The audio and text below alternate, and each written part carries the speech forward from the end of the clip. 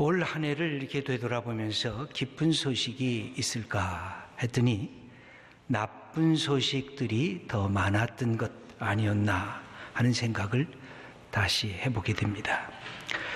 북한의 4차 핵실험이 1월 달에 있었습니다. 장거리 미사일 발사가 2월 달에 계속 연속되면서 한반도의 평화가 흔들렸을 때 대한민국은 2월 달에 개성공단 폐쇄를 그렇게 결정하게 됩니다. 남북 관계가 경색이 되고 더 이상 소통의 관계가 끊어지는 아픔을 우리가 함께 경험했습니다. 지난 9월 달에는 경주 일대에 지진이 일어났는데 강도 5.8의 한반도 관측, 지진 관측 이래 최대의 지진이 일어났습니다. 우리나라도 지진으로부터 안전지대가 아니구나.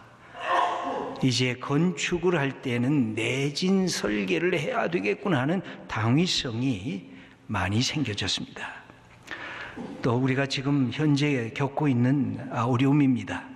조류 독감인 AI가 발생을 했고 지금 현재까지 닭과 오리에 살처분한 그 숫자가 2,500만 마리 이상 지금 살처분했고 어쩌면 3천만 마리 이상이 될는지도 모른다고 하는 우려가 나타나고 있습니다. 환경 오염이 가속되고 있고 먹거리 위기까지 우리들에게 닥쳐오고 있습니다. 올해의 가장 크고도 나쁜 소식이 있다고 하면 최순실 국정농단의 사건이었습니다. 대통령의 탄핵소추가 결정됐고 많은 사람들이 어찌해야 할꼬 하면서 권위가 무너지는 이 사회 속에서 우리 모든 국민들이 아파했습니다. 이념적으로 보수, 이념적으로 진보에 상관없이 공의와 정의가 상실될 때 타락하게 되어 있습니다. 기득권의 자리에 안주하려고 하고 있습니다.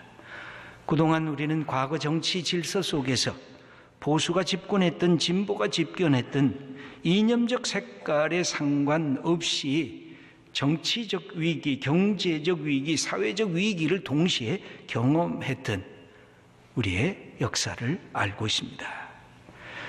이런 국내적인 나쁜 소식뿐만 아니라 올해에는 국제적으로도 나쁜 소식들이 우리 귀에 들려왔습니다. 모기를 통해서 전염되고 있는 지카 바이러스가 발생을 하면서 신생아들이 태어났는데 머리, 뇌가 사라졌습니다. 소두증을 앓고 있고 뇌신경 장애를 유발한다는 이야기를 들으면서 전 세계의 어머니들이 특별히 공포 속에 들어갔습니다. 시리아 내전이 계속되고 있습니다. 수십만의, 수백만의 난민들이 발생하고 있는데 이 내전이 도무지 멈춰서질 않고 있습니다. 이슬람 극단주의자인 무장단체인 IS의 테러가 장소와 시간을 가리지 않고 동시다발적으로 곳곳에서 또한 테러가 자행되고 있습니다. 영국이 EU 탈퇴라고 하는 브렉시트 때문에 정치, 경제의 국제적인 격변 시대가 열어지고 있습니다. 미국의 다음 정권이 트럼프 정권입니다. 어쩌면 보호무역주의를 하지 않을까? 어쩌면 미국의 실용적인 자국 이기주의에 우선하는 그런 정책을 더 확대하지 않을까? 정치, 경제 전문가들이 우려하고 있는 현실에 우리가 놓여 있습니다. 이런 것은 거대 담론이라고 할 수가 있습니다.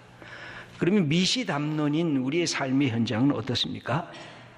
우리 성도님들의 상황을 이렇게 살펴보면 나이가 드시면서 젊을 때도 아프신 분들이 참으로 많습니다. 수술하고 병상에 누워서 회복을 기다리고 있는데 회복이 잘 안 되는 분들도 있습니다.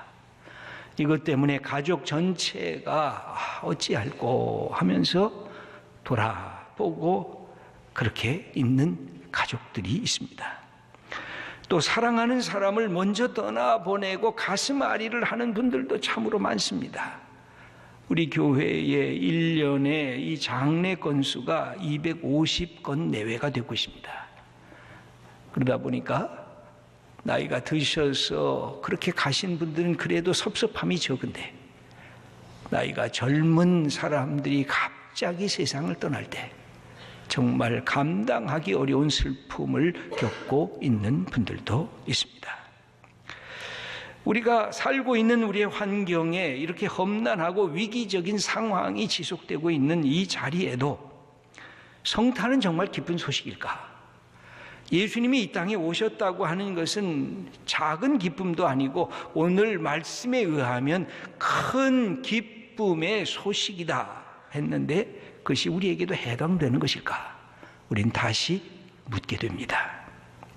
오늘 10절 말씀을 함께 읽겠습니다.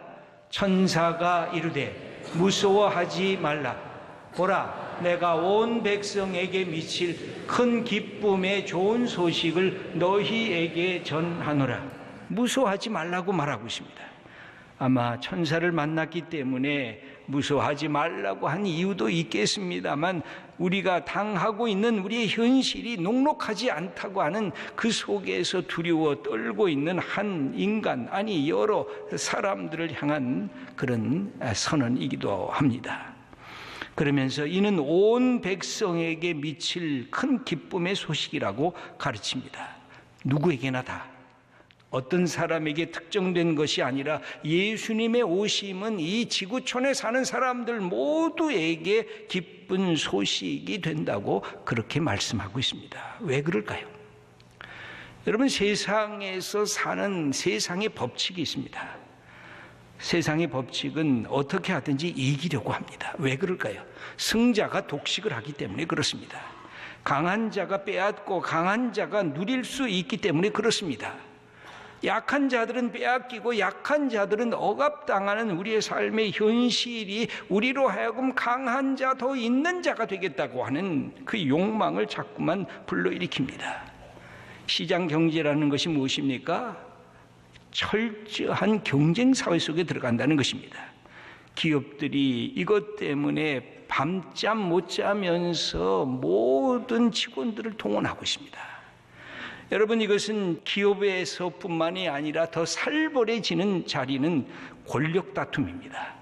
여러분, 여야의 정치인들이 왜 그렇게 싸움을 합니까? 목숨 걸고 피 튀기면서까지 투쟁하는 이유는 무엇입니까? 내가 승리해야 내가 모든 것을 내가 다 장악할 수 있다고 하는 그런 삶의 질서 속에서 그들이 모든 것을 행하기 때문에 그렇습니다.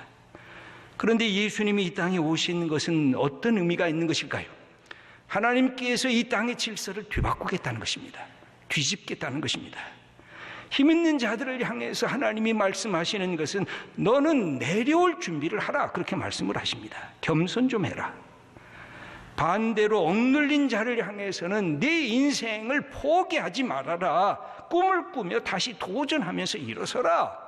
이것이 하나님께서 예수님을 이 땅에 오시게 하신 이유입니다.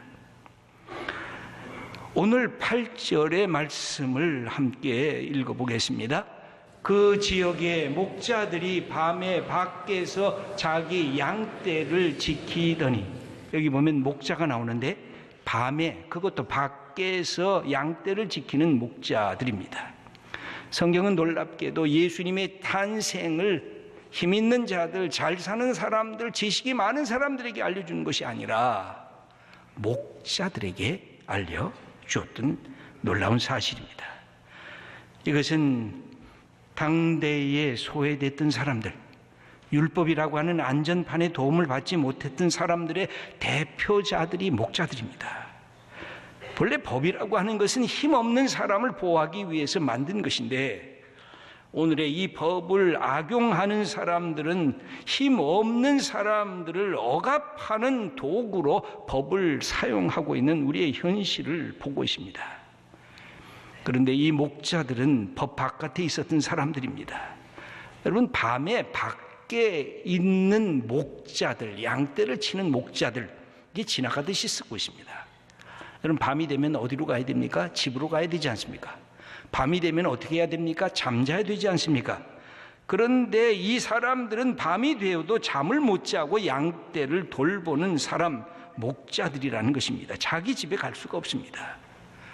이스라엘 백성들 중에 사회적 지위의 하층민입니다. 히브리어로는 암하아레츠라고 해서 땅의 백성들인 것입니다. 사회적 특권을 누리지 못하는 일반 상놈들이라고 할 수가 있습니다. 자기 소유가 없는 가난한 사람들입니다. 율법을 알아도 이행할 수 없는 사람들. 여러분, 이스라엘 사람들에게 제일 중요한 것이 안식일법입니다. 그런데 안식일을 지킬 수 없는 직업을 가진 사람들입니다. 왜 그랬습니까? 안식일에도 양떼를 돌아봐야 되기 때문에, 안식일에도 양에게 풀을 먹어야 되기 때문에, 안식일에도 늑대와 짐승들이 달려드는 것을 막아야 하고 그들의 공격을 방어해야 되기 때문에 양떼를 떠날 수가 없었습니다. 안식일법을 알아도 지킬 수 없었던 법 바깥에서 사람들이 소외시켰던 인물들이 목자들이었습니다. 지금 이건 목가적인 얘기를 하는 것이 아닙니다. 예수님의 탄생이 목가적인 전원의 아름다움을 보여주는 것 결코 아닌 것입니다. 소외되고 버려졌던 사람들이라고 하는 그 사람들에게 하나님의 예수 탄생의 첫 메시지가 증거되었다는 것은 하나님께서 이 세상의 질서를 다시 바꾸겠다고 하는 하나님의 뜻이 그 안에 담겨 있다는 말씀입니다. 이것은 계속해서 다음을 보면 더 뚜렷해집니다. 예수님의 탄생은 다윗의 동네인 베들레헴에서 출생한 것입니다. 그것은 바로 작은 도시, 소박한 도시. 그런데 놀랍게도 그 작은 도시에 큰 인물이 태어났다는 말씀입니다. 11절의 말씀을 함께 읽겠습니다. 오늘 다윗의 동네에 너희를 위하여 구주가 나셨으니 곧 그리스도 주시니라. 다윗의 동네, 이 작고 작은 동네에 주님이 태어나셨는데, 여기에 보면 예수님을 표현하는 세 가지 놀라운 말이 있는데, 구주, 세이비어, 구원주라는 뜻입니다. 그리스도, 기름 부음 받은 미시아라는 뜻입니다. 주님, 퀴리오스, 주님, 주인이라는 그것을 칭하는 메시아가 이 작은 마을에서 태어났다는 것입니다. 하나님께서 이렇게 말씀하시는 것 같습니다. 모든 힘 있는 자들아, 네 힘을 좀 빼라. 목이 뻣뻣한 것을 부드럽게 하라. 이제 좀 겸손해져라. 모든 힘 없는 자들을 향해서 말씀하십니다. 탄식하지 말라. 네가 가난한 것, 네가 연약한 것, 네가 아픈 것, 네가 슬픈 것, 거기에 내가 동참하겠다. 너보다 더 낮아졌다. 너는 위로받으라. 용기를 내라. 새롭게 도전하고 일어서라 하고 힘없는 자들을 향해서 용기를 부어주시려고, 아무것도 없다고 내 생을 팽개치는 사람들에게 다시 하나님의 자녀되는 복을 주시려고 그렇게 세워주신 것입니다. 기독교 복음의 메시지는 아주 명백합니다. 성탄절의 메시지도 아주 명백합니다. 인간을 족쇄매는 것이 있는가? 인간을 억압하고 인간을 핍박하고 인간의 존엄성을 깨뜨려버리는 것이 있는가? 그거 안 된다는 것입니다. 그것이 정치적인 억압이냐? 그것이 경제적인 수탈이냐? 그것이 교육적인 무지냐? 그 모든 악과 불의로부터 하나님께서 우리를 해방시켜 주시려고 하는 사건이 성탄절의 사건인 것입니다. 여러분, 이 성탄절은 그래서 저 북녘의 백성들을 위해서도 해당되는 것이고 우리가 기도하는 이유입니다. 저들은 성탄절을 기다립니다. 그런데 악한 권력자가 이것을 호도합니다. 바로 이곳이 지상천국이라고, 이곳에 자유가 있다고, 이 속에 풍요가 있다고 백성들을 쇠뇌하고 있습니다. 우리의 가슴이 아프고 통탄스러운 것은 바로 이것 때문인 것입니다. 이스라엘 백성들은 어떻게 했습니까? 자기의 백성, 자기의 자손들을 향해서 끊임없이 가르쳤습니다. 야, 우리는 별 볼 일 없는 백성이었어. 우리는 소수였어. 우리는 가난한 자들이었어. 우리는 가진 것이 없었어. 우리는 애굽에게 종노릇 했어. 그런데 하나님께서 우리를 사랑하셔서 우리를 택하셨어. 그리고 저 가나안이라고 하는 약속의 땅을 허락하시면서 종되었던 애굽 땅에서 우리를 건져내셔서, 그래서 우리는 하나님께 예배드려야 돼. 하나님이 우리의 하나님이야. 우리는 작은 자였지만 하나님의 사람이 되어서 하고 그들의 자녀들에게 끊임없이 가르쳤습니다. 여러분, 우리가 예수 믿으면서 우리의 자녀들에게 가르치는 것이 무엇입니까? 십자가의 복음, 부활의 복음을 가르치지 않습니까? 우리가 본래 죄인이었는데 죄인에서부터, 죄악에서부터 용서받았다고, 우리가 죽음의 공포 앞에서 어쩔 줄 몰라 했는데 예수님이 내 대신 죽음을 대신 지심으로 죽음 이후에 영원한 생명이 있다는 사실을 우리에게 가르쳐 주셨다고 하는 것, 약속하셨다는 것, 그리고 우리가 세상 근심과 걱정에서 자유하도록 하나님의 아들과 딸이라고 하는 자녀되는 특권을 주셨음을 우리가 반복해서 우리가 가르쳐야 되지 않겠습니까?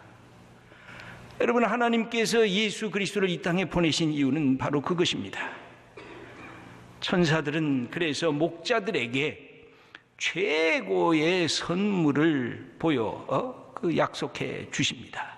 여기 보면 14절 말씀을 한번 읽겠습니다. 지극히 높은 곳에서는 하나님께 영광이요, 땅에서는 하나님이 기뻐하신 사람들 중에 평화로다. 하늘의 영광이 이 땅의 평화의 소식과 사건으로 나타났다는 것입니다. 그래서 기뻐하라는 것입니다. 이것은 단순한 기쁨이 아니라 great joy, 큰 기쁨입니다. 여러분, 예수님이 이 세상에 오셨을 때 당대의 로마의 황제는 아우구스투스였습니다. 강력한 권력자였습니다. 그가 시저라는 칭호를 받으면서 로마에게 이루어놨던 것이 로마의 평화였습니다. 팍스 로마나라고 하는 로마의 평화였습니다. 그런데 이 평화는 어떤 평화였을까요? 로마 황제의 권력과 강압으로 만들어진 평화였습니다. 이건 가진 자들의 평화였습니다. 권력을 누리는 자들의 평화였습니다. 예수님이 오신 우리에게 가르쳐 주신 평화는 이 평화가 아닙니다. 있는 자의 평화, 힘을 가진 자만 누리는 그 평화는 진정한 평화가 아니라고 우리들에게 말씀하십니다. 이때 예수님께서 새로운 평화를 선포하시면서 역발상의 평화를 선언하셨습니다. 진정한 평화였습니다. 없는 자들도 함께 누리는 평화였습니다. 있는 자들은 함께 나누는 평화였습니다. 가장 영광스러운, 가장 힘 있는 분이신 하나님의 아들이 짐승의 먹이통인 여물통에 누워 있다는 것, 이것은 뭘 뜻할까요? 힘 있는 자의 겸손입니다. 모든 것을 가진 자의 낮아짐의 모습인 것입니다. 하나님은 모든 것을 가지신 분이셨지만 우리를 위해서 모든 것을 내려놓으셨습니다. 그래서 예수님은 영광의 메시아가 아니었습니다. 예수님이 이 땅에 오셨을 때 그분은 낮은 곳으로 임하신 메시아, 고난의 메시아였습니다.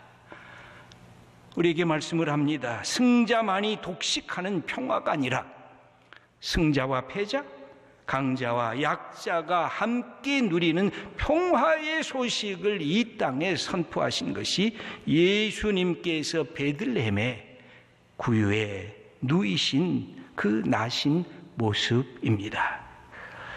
사랑하는 성도 여러분, 오늘 이 시대에 예수님께서 성령님을 통해서 우리에게 말씀하십니다. 네 내면의 세계가 어떠하냐? 불안하냐? 근심스러우냐? 열등감에 붙잡혀 있느냐? 우월감을 자랑하느냐? 그거 내려놓고 쳐부수라. 그리고 새로운 자아상을 만들어라. 새로운 인간관계를 정립하라고 우리들에게 말씀을 합니다. 없다고 여기는 사람들, 나는 부족하다고, 나는 아무것도 아니고, 나는 이제 할 것이 없다고 여기는 사람들을 향해서 우리 하나님이 말씀하십니다. 아니, 예수님이 말씀하십니다. 나는 너보다 더 가난해졌다고, 나는 너보다 더 비참한 곳에서 인생을 시작했다고, 나는 너보다 더 부끄러운 자리에서 인생의 시작을 했다고. 그러니 포기하지 말라고, 세상을 새롭게 살라고 우리들에게 위로하고 우리들을 격려합니다. 여러분, 예수님보다 더 억울한 사람이 있습니까? 예수님보다 더 가난해진 사람이 있습니까? 예수님보다 더 부끄러움을 많이 경험한 사람이 있겠습니까? 그래서 가진 자들을 향해서는 이렇게 말씀을 합니다. 내가 힘이 있느냐? 내가 갖고 있는 것이 좀 있느냐? 겸손 좀 해라. 네 이웃을 돌아볼 줄 알아라. 네 본래 시작이 그렇게 잘났던 것도 아니지 않느냐? 너도 연약한 자였지 않느냐? 하고 우리들에게 말씀을 하십니다. 사랑하는 귀한 성도 여러분, 예수님께서 이 땅에 오심은 만민을 향한 하나님의 기쁜 소식입니다. 내가 교만해졌으면, 내가 무언가 스스로 잘났다고 여기고 있으면 내려놓으셔야 됩니다. 나는 아무것도 없고 나는 스스로 탄식하면서 신음하고 있으면 그것도 내려놓아야 됩니다. 예수님, 그분이 내 안에 오십니다. 어떤 사람에게 올까요? 여물통 같은 사람에게 옵니다. 내가 아무것도 아닌, 그러나 기다리는 사람입니다. 그러나 내가 뭔가 가진 것이 있다고 꽉 차서 나는 여물통이 아니라고 주님이 오실 수가 없어요. 하나님께서 새로운 삶의 시작을 예수님을 통해서 보여주셨습니다. 주님의 귀한 성도님들, 우리 교회가 이 시대를 바르게 바라보면서 우리가 잘났으면 내려놓고, 우리가 부족하면 주님의 마음으로 가득 차고, 우리보다 연약한 자들을 돌아볼 줄 아는 주님의 교회, 그리고 성도님들이 다 되시기를 축원합니다.